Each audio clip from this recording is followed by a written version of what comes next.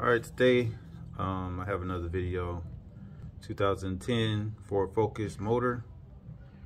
Right now I'm just showing y'all what the thermostat looks like with the housing on it. It's pretty simple and basic removal. All you have is 3 screws here. You got one here, one over there,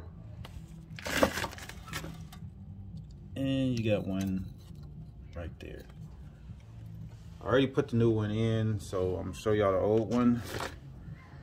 This is the old one. Once I took it out, I did clean the area up around there and on the inside with the 100 grit sandpaper.